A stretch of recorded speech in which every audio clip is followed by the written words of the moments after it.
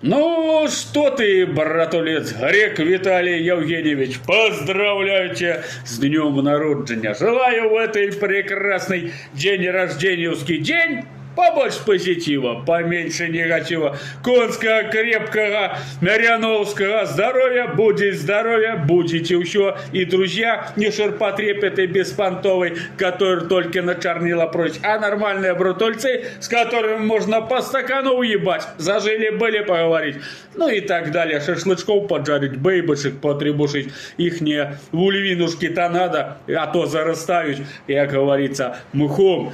Конечно же, успеха, процветания, благополучия, достатка, уюта, тепла, очага, чтоб тебя любили, конечно же, чтоб ты обовязково любил. Сейчас не так сложились сейчас звезды, что пятница, пора нахуяриться, а тут еще и день рождения. Так что хватит у той фирмы ебошить, огромаш ресурсы.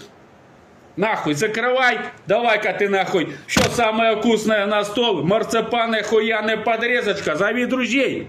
Нормальных друзей, не этой, повторяющий шарпотреб. Же, а не так, братулец, можно до понедельника лыч свойский заливать, ну а что нет. Позови свойских бейбочек, по-другому нияк. Жонки жонкими эти, подруги подругами, а бейбочек никто не отменял. Желаю тебе отметить день рождения так, чтобы запомнилось, конечно же, до следующего дня рождения.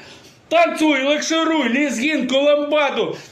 Вкусняшки ешь, ну, в принципе, можно и не есть. Главное, чтобы было пойло. Будет пойло, будет праздник. Занюхнул головой соседа, друга, братульца и отжигай. На проперженный диван, конечно же, время всегда оставлять. Не все время ебошить у той фирме, надо калито и отдохнуть. Полакшировать, отдохнуть.